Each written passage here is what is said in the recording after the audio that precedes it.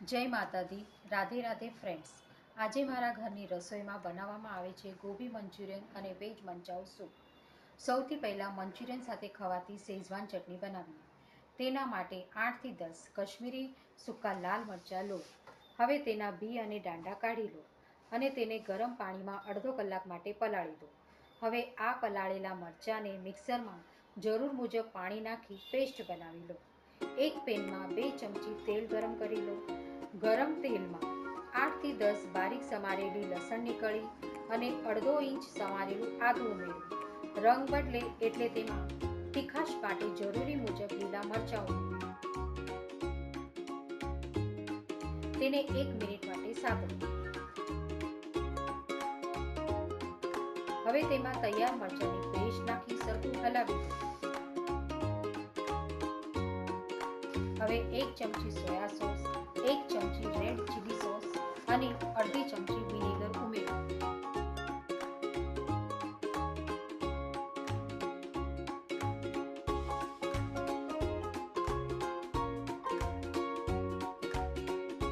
સ્વાદ અનુસાર મીઠું નાખો। અડધી ચમચી ચાઇનીઝ મીઠું ઓપ્શનલ છે, નાખી અડધી ચમચી ખાંડ ઉમેરો। તેને 2 મિનિટ માટે ચડવા દો। વચ્ચે વચ્ચે હલાવતા રહો। હવે તૈયાર છે શેઝવાન ચટણી। હવે સૂપ બનાવવા માટે 2 ચમચી તેલ ગરમ કરો। તેમાં 8 થી 10 સમારેલી લસણની કળી અને અડધો ઇંચ સમારેલું આદું અને તમારા સ્વાદ અનુસાર લીલા મરચાં નાખો અને હલાવો। અડધો કપ સમારેલી કોબી, અડધો કપ સમારેલું શિમલા મરચાં નાખી 1 મિનિટ હલાવો। પછી સ્વાદ પ્રમાણે મીઠું, ચાઇનીઝ મીઠું ઓપ્શનલ છે, નાખી સરખું હલાવી દો।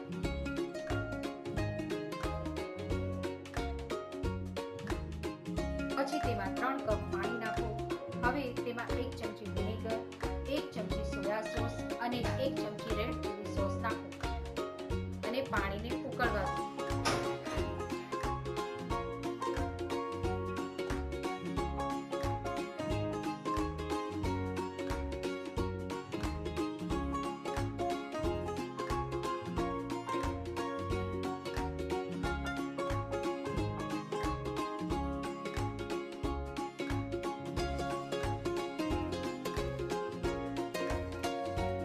સૂપને ગાઢી બનાવવા માટે અડધા કપ પાણીમાં 2 ચમચી કોર્નફ્લાવર મિક્સ કરી સ્લરી તૈયાર કરો।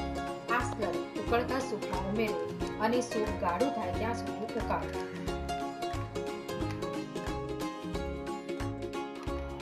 મંચુરિયન બનાવવા માટે અડધો કિલો કોબીને ઝીણી સમારી લો। તેમાં જરૂર મુજબ મીઠું નાખી સરખું મિક્સ કરી લો એટલે તેમાંથી પાણી છૂટું પડશે। હવે તેમાં અડધો કપ લસણ, લીલા મરચાં, આદુની પેસ્ટ ઉમેરો। કલર માટે ફૂડ કલર ઓપ્શનલ છે, નાખી મિક્સ કરો। હવે તેમાં 1/2 કપ મેંદો, અડધો કપ કોર્નફ્લાવર નાખી મિક્સ કરો અને 15 મિનિટ માટે બાજુમાં મૂકો। તૈયાર બેટરના બોલ બનાવી મધ્યમ આંચે તેલમાં તળી લો।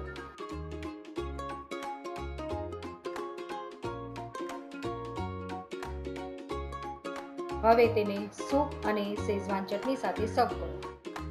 ફ્રેન્ડ્સ, આ વિડીયોને લાઇક અને શેર કરો અને મારા ચેનલને સબસ્ક્રાઇબ કરો। મારો વિડીયો જોવા માટે ધન્યવાદ।